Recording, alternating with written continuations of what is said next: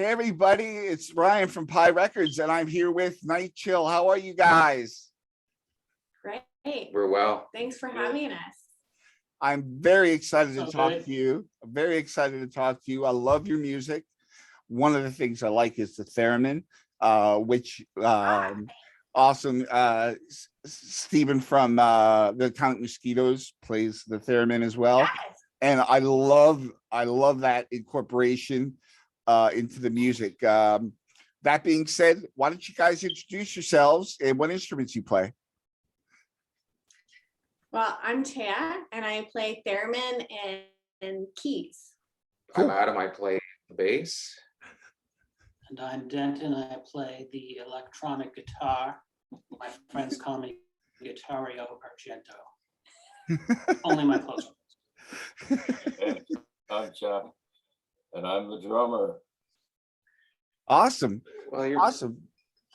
You have such great imagery, and you put a lot of effort into your art and aesthetic, and I love that. What I also love, which is the most important, is your music and how you cover a lot of ground as far as genre.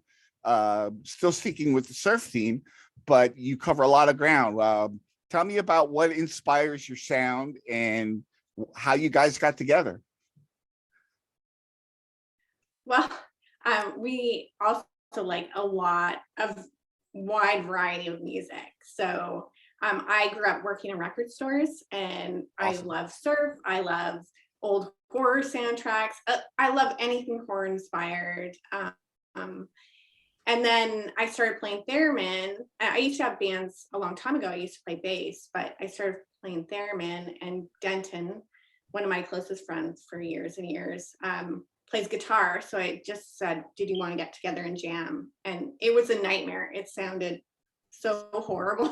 Like, I'm sure the whole neighborhood was so upset about it. We had his old girlfriend play drums on pots. Like that. Water gun. Oh, it was a water gun. Sorry. Yeah, it was pretty bad. But then it started taking shape, and it took some form, and then we started putting on horror movies, and we try and do entire soundtracks to like Split This or something like this. Ah. Yeah, it was pretty fun. and prior to this, my only band experience was as I was a dancing gorilla in one of Taya's other bands. So it's kind of funny that I'm the bass player in the band full of former bass players in other bands. Everybody else has played bass in other bands before, which is great. So then it gives me a lot of helpful tips on how to actually play the instrument better. And Jeff, our drummer, liked the music so much, he said, guys, if I gave you $10,000, would you let me drum for you? And I said, yes. That didn't happen. But he liked us, so it was worth gold. It's It's worth weight. more than $10,000 Yes. that he wants to play the drums. 10,000 Bitcoin. Oh, It's true. awesome. So you've been very busy with singles coming out Yes. recently. Tell me about when you got together and the process which you do your releases, and tell me a little bit more about what you're working on. So It's been really hard.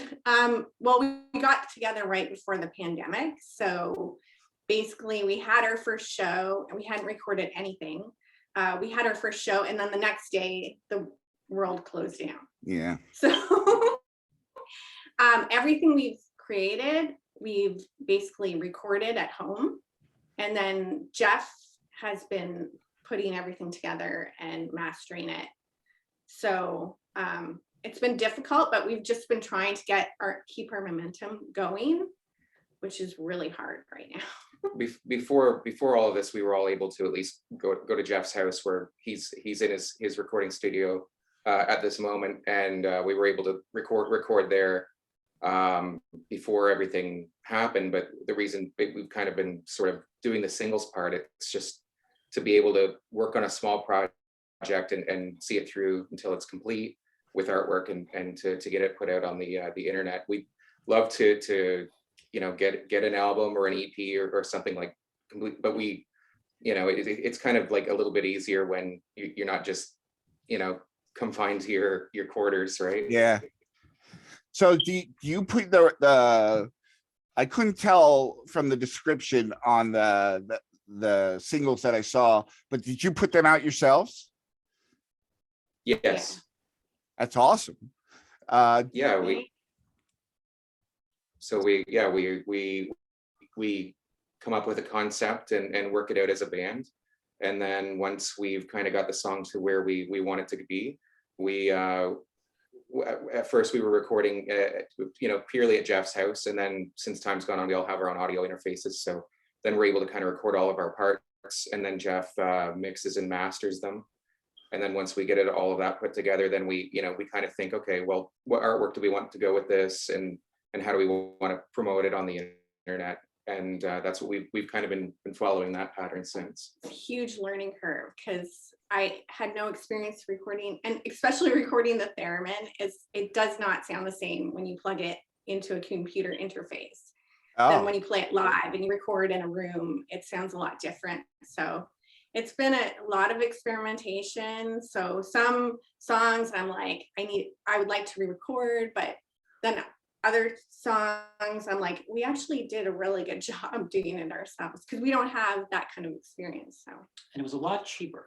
it was definitely cheaper. But We didn't have to use that $10,000. but it's And I pocketed it all. So I went to drugs.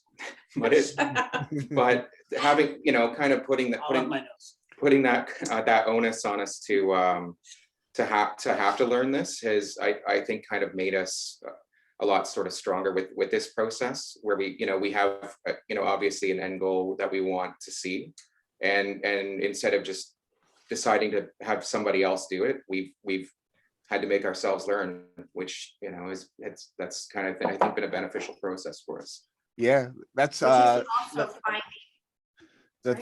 the power of knowledge is a great tool. Yeah. It's this guy's apartment.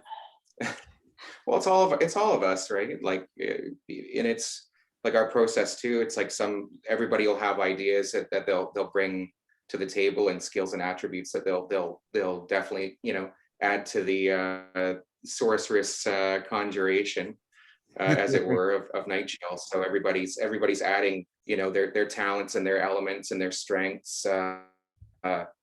to creating something like strange and interesting, because we're we, as you said earlier, we do cover a lot of like genre ground, and that comes from a lot of our tastes and influences and things that we've been exposed to. But some of it too, it's just like, I don't know how we're coming up with this, but it works, and it like we like it. It sounds good to us. It's amazing. Definitely.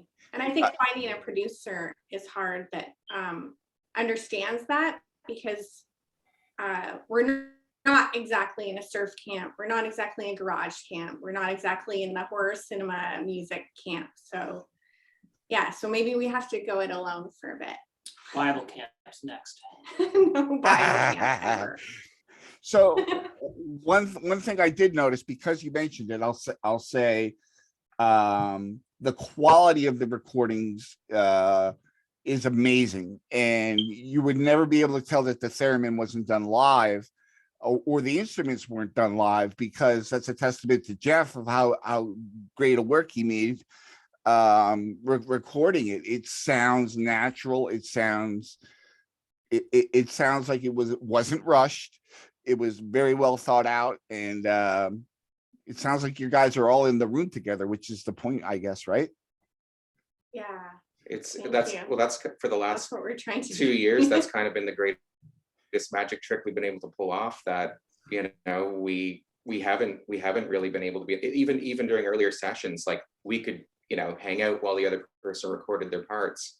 But now it's we've been relatively isolated and into various lockdowns. And although when things kind of eased up for a little while, it was nice, because we were able to play as a band and like tighten up, and it sounded like it really good, really powerful. So we're still navigating those waters as it were. But we're all of us like love to learn and hone our skills on these new concepts. So from the earlier recordings to now, I hear nothing but like strong improvement. Yeah, yeah, definitely. So I didn't ask at the beginning, but I wanted to know where you guys are located.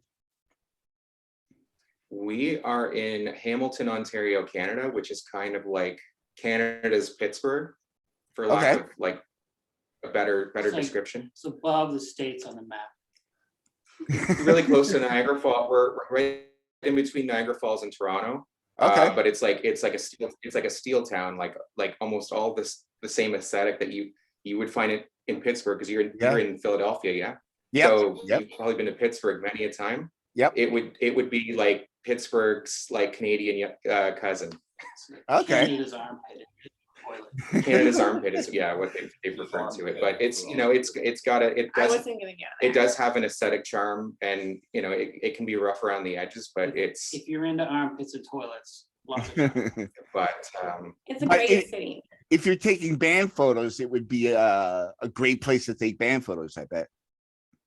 oh Yeah. it definitely is. And we live right across from the cemetery, and Ah. it's this huge old cemetery. It's over 100 acres, I heard, on Yeah. wikipedia.com or .org, whatever it is.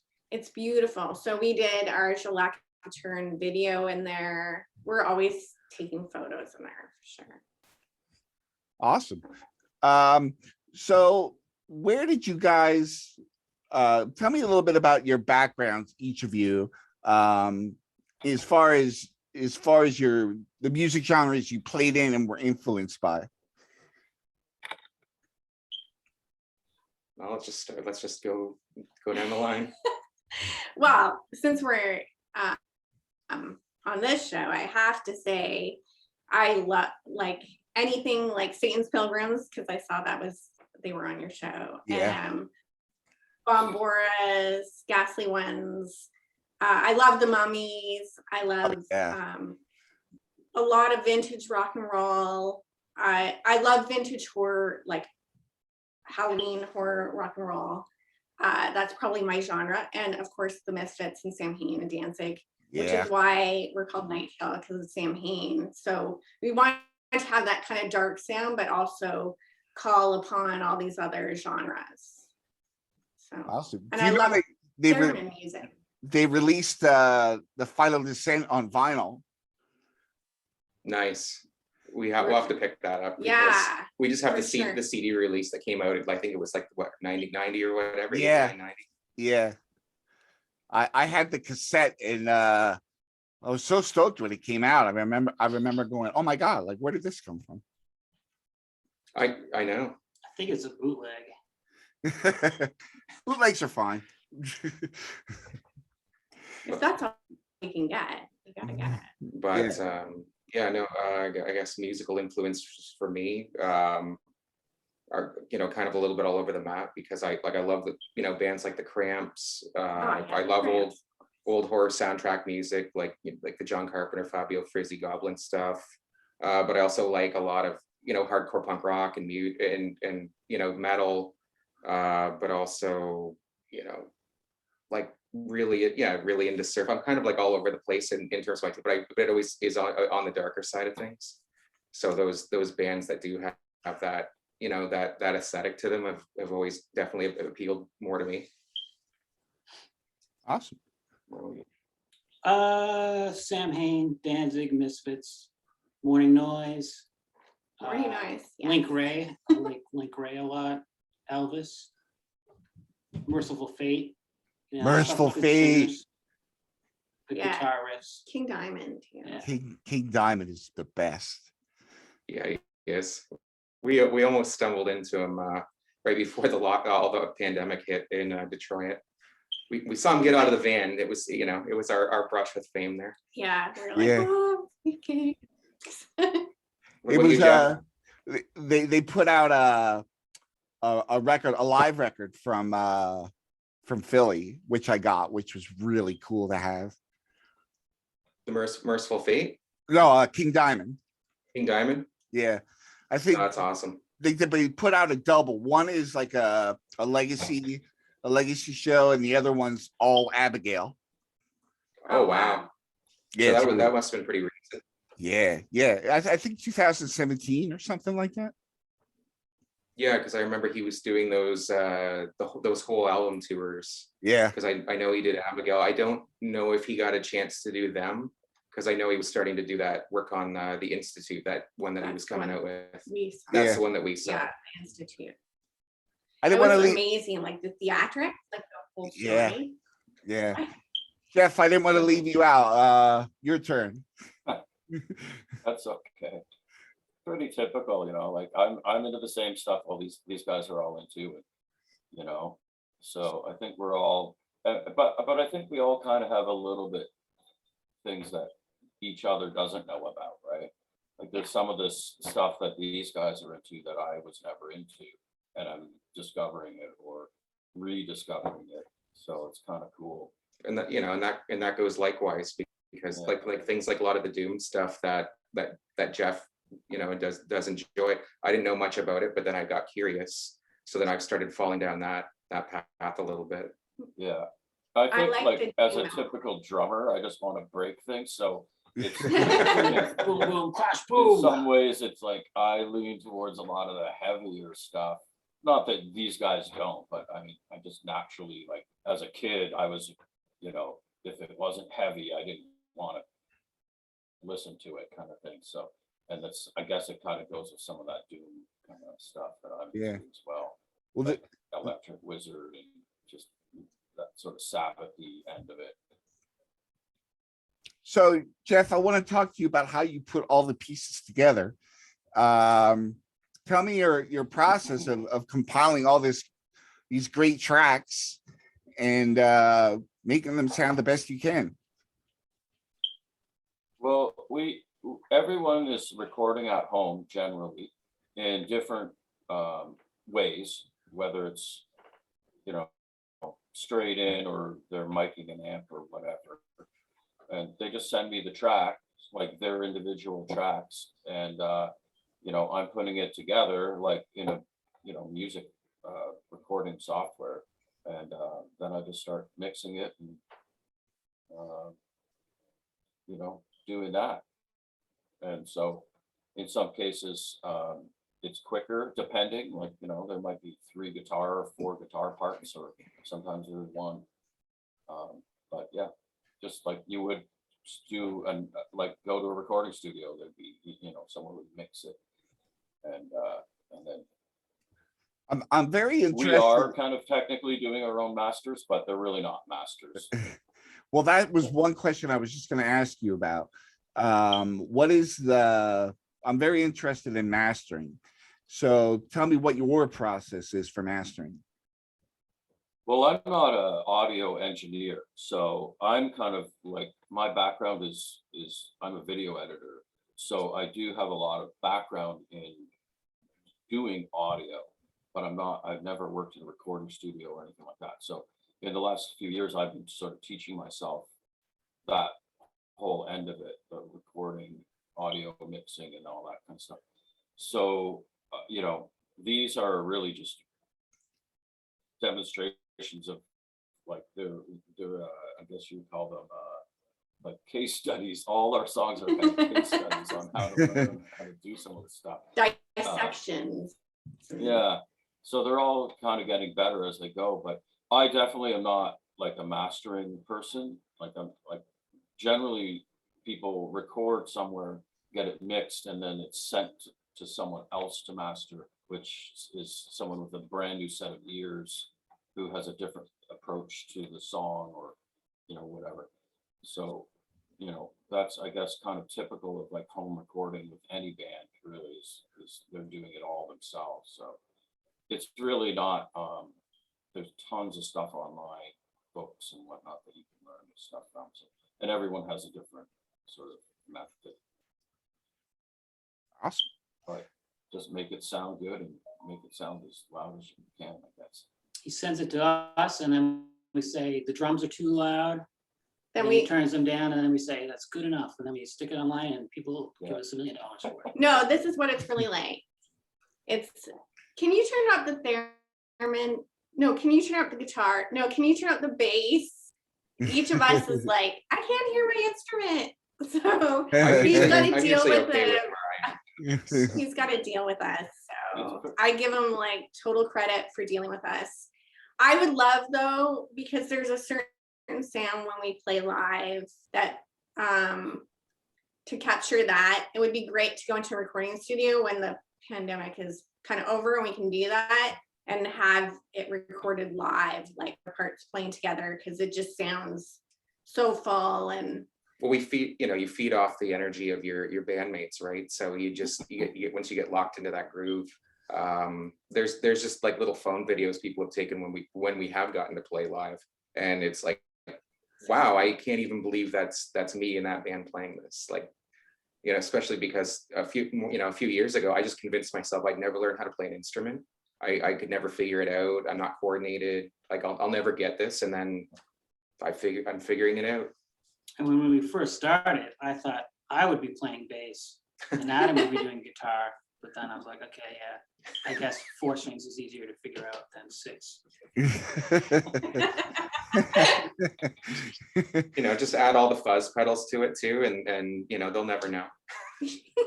So one thing I want to know your opinion on, since you guys are obviously huge Danzig fans, which I am too, like everything he does. What did you think of Danzig Sings Elvis LP? Loved it. I love it. I could listen to it again and again. I thought it sounded really good. Like I loved the way it was recorded, and his voice was so upfront and like it would be. And he picked the strangest song. I Pocket full of know. rainbows. Yeah. Rainbows, I was gonna mention that. I love to hear Danzig sing about rainbows. It's just, Yeah, it was. I think it was kind of tongue in cheek, right? I don't know. I think some of those songs, I think he just genuinely enjoys. Like he did the one on when he did that Skeletons record, Let Yourself Go, and that was pretty good. That one's so That good. track. Like Yeah. it's pretty sassy. And it was interesting to hear the mix of some familiar songs, some deep cuts. He didn't do anything like super weird, like Song of the Shrimp or Yoga Does, or I wish he did. US Mail. I wish he did. Those are the 2 I was hoping for. Maybe US in the Mail and next Yoga one. is Yoga Does. If he hadn't done those, That Skeleton record is really good. When I first heard Devil's Angels, I was like, oh yeah, he's got to go back and do more stuff like this, because I love that song. Well, so much. the Satan song there, Satan from Yeah. that movie, like Yeah. that was like pretty. He was really throwing himself into that one. yeah, totally. It's good. But yeah, Devil's Angels was tops for sure. So tell me about what you're doing right now. Do you have more music you're working on? Are you like I heard Canada's pretty shut down. Is that the case? Yeah, it's very, very shut down. Most indoor businesses are closed down. We haven't been able to go to the we have to usually rent a jam space, so we haven't been able to go there in a little bit. And we had something kind of we thought was going to be lined up, and then unfortunately, due to things going on, that wasn't able to proceed. But so we're hopefully looking for, because it's when you want to play loud when you're playing. So playing out of the house, like we all have neighbors, and we like to stay on their good side. So we haven't been able to do that, or go to restaurants, or it's been pretty strict and serious, and it had to be like it. I don't want anybody getting sick, like because I do. no, he doesn't really, because living people buy more Night Chill t-shirts than dead people. So Too many people. Gotta get rid of them. But I think it's opening up at the end of the month, though. I think so. good. I think it's going to be a gradual But it's thing. like 50% capacity. It's not huge. But playing live shows is going to be a little, I think it's a little ways off from that. Yeah. But we have a pile of songs that are like, yeah. we were working out or working on things that we haven't gotten to record yet. We had one that we recorded right before the holidays for the Surfing Kitty Christmas benefit compilation. Oh, excellent. Night of the Wendigo, which we're filming a video for that now. So we've almost got all the parts of that. So we'll put that All out. separate. I filmed everyone separate. I have Yeah, to pandemic go stuff. over and subscribe to your channel because I would love to see these videos. There's just Yeah, a just the few of one. them, and then we're working on the one now. And then hopefully kind of once things start getting back on track, we can start working on more recordings again. Because we had a series of recordings that we'd worked on before we were doing kind of being able to play live again. And then what we found is since we were able to practice them as the full band, they sound way better than we're better players on those songs than we were when we recorded them. So, you know, we might kind of go back to revisit those and some other songs that we've like it just really helps when you can be in the same room and work something Yeah. out with bandmates. And it just lends it to being a much more powerful song. And then we also have some other, you know, we can't quite announce it yet, but we have some other really big plans coming up soon with, you know, possibly expanding the coven, as it were. So that's all I can say on the matter at the moment, but because we'll make an announcement on that later. A stepson. Yes, such as it were. But Jeff and I actually met in the university. So we went for media arts and basically did film and video. So we both love doing visuals. So it's great because I've been making videos while we're shut down. At least I can do that. And I saw the one with the theremin. Oh, thank you. That was cool. And there's another one coming with Denton and I. We have another side band called the Sea Creeps. Oh, It's just really? some fun. Yeah, it's just some fun. Like we just do covers kind of with a theremin and guitar. And then Jeff does like really cool like background like cutting up of the horror movies for our shows live and stuff. Like he's a really good editor. So When the projector works. if they have a projector. But having that visual element of you know, we have a film playing behind the band. So Awesome. we take a lot of the high spots of like, you know, cult exploitation films or things involving cult rituals and the undead.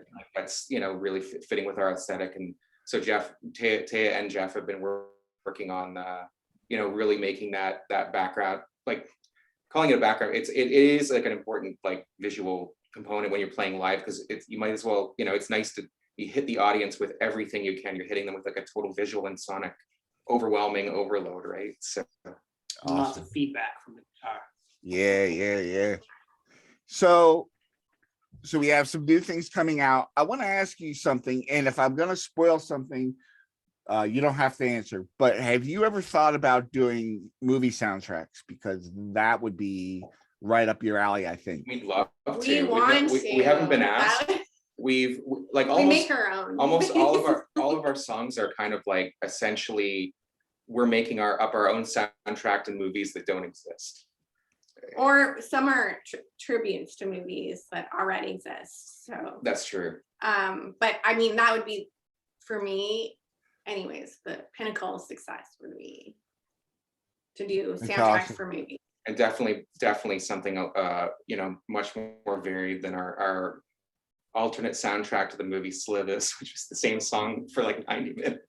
We are in a short film Should we release that? Maybe. We are in a film. that short television show. Oh yeah, played. creepy bits. It's Yeah, called Creepy Bits. Oh, we were the wow. only actual band that had a song on that soundtrack Awesome. And as And part we of the have last episode. let's not forget the hot dog interlude from no, let's not. So Never forget. So it would be a lot of fun to have that as a project of coming up with a cohesive. We may have to make our own film at this point. well, We have the, you know, now that Danzig is making movies, you never know. He did use a Ministry song. There I you don't know go. how that came up, but we have seen the one that was released, but not the other one. I guess it's still road showing right now. Yeah, The Death yeah. Rider and the House of Vampires. I think he just showed that in Austin recently, Yeah. I believe. So it should, you know, I'm sure, like based on the trailer, I'm sure it's gonna be interesting. Looks Yeah. good. I can't wait to see it. me too. Yeah, me So, too. Put that out on HD Blu-ray disc or whatever they make nowadays. kind of like a lo-fi From Dusk Till Dawn kind of thing. Yeah, like I guess it's like Old West, so like, you know, From Dusk Till Dawn 3. Yeah, yeah, When it's set in the Old West there. yeah, For totally. House 4 vampires instead of dead guys. Forgot Awesome. about House 4. Is that 4? The cowboy guy? I think That was basically any filmmakers out there making horror movies should just call us. We'll do the soundtrack. That's Hey, awesome. We are Will- you gotta pay us some money though. Heed the call and summon Night Chill to your horror Whatever. film. Awesome. That would be so cool. Yeah, that would be great. Is there anything else you guys want to announce or talk about, or anything I may not have asked about or touched upon that you want to talk about? We're having a baby. No, we're not having a baby. Unless it's a, Rosemary's Baby. unless it's a musical Rosemary's Baby. Yeah, No, as far as like what we're up to, it's mostly we're still you know, working on the plans for, you know, improving our stage show and coming up with things for that, and you know, hopefully getting back to recordings soon, getting the video out. Oh, yeah, and hopefully going on a tour, maybe That would be in ideal. fall. Oh, are you And gonna as come I down said, here? Well, we're thinking about it. We've been asked to play Otto's Shrunken Head in Awesome. New York. Awesome. And a So- few other people have been at, like, people have asked it in you know, Las Vegas. They've asked in California, in New Orleans. So people are, you know, they're asking. So that must, you know, that definitely encouraging. If people definitely want to see it, like in Canada, we do have like a horror community, but our population isn't what it is in America. So there's just not a whole lot of people, right? So it would be kind of nice to figure out how to take the show on the road and you know, have everything kind of work out with that, and you know, spread some terror all across the land. And it's also tricky for Canadian bands touring through, and I'm sure, you know, you probably, you know, known a lot of them, or you know, worked on shows or things where you're, you know, trying to deal with bands coming in, you know, into the States. So it can be, you know, tricky proposition. Yeah. All right. Well, I want to thank you guys so much for doing the interview. It was greater than I had hoped for, and I was already really excited to do it. And I appreciate your time, and you know, really, I really respect what you're doing, the aesthetic, the music, the whole package is you put a lot of effort into it, and I really appreciate what you're doing. Thank you. We appreciate what you're doing too, sharing the music. And I've already discovered so many bands on your channel. So Oh, cool. awesome. Yeah, Yeah. I love what you're doing a great job. We're just Thanks a lot, waiting for you guys. to finish it. Thank you so much. Thank you Thank you very as well. much. But Okay, you guys have a great night. May the Lord Take care. bless you.